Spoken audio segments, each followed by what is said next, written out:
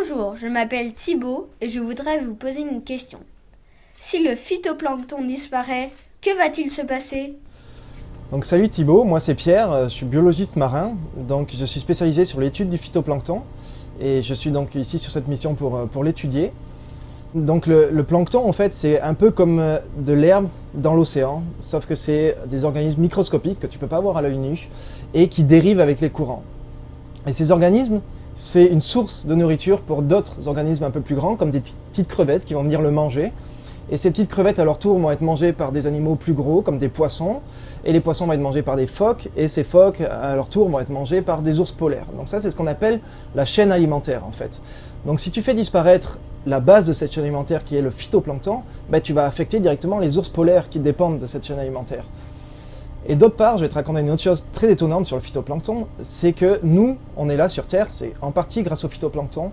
Quand il mange, en fait, le phytoplancton, il rejette de l'oxygène, et c'est cet oxygène que tu respires.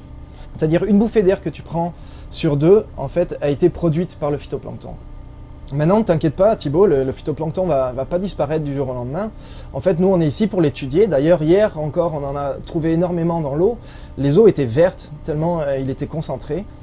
Et par contre, on voit l'effet du changement climatique sur ces petits micro-organismes, parce que maintenant on se rend compte qu'il y a des changements dans les espèces. C'est plus les mêmes espèces qu'on observe ici qu'il y a 10 ans, parce que les espèces qui vivaient par exemple dans le sud, dans les eaux plus chaudes, maintenant vont pouvoir migrer dans le nord, parce que les eaux se réchauffent, parce que la glace fond.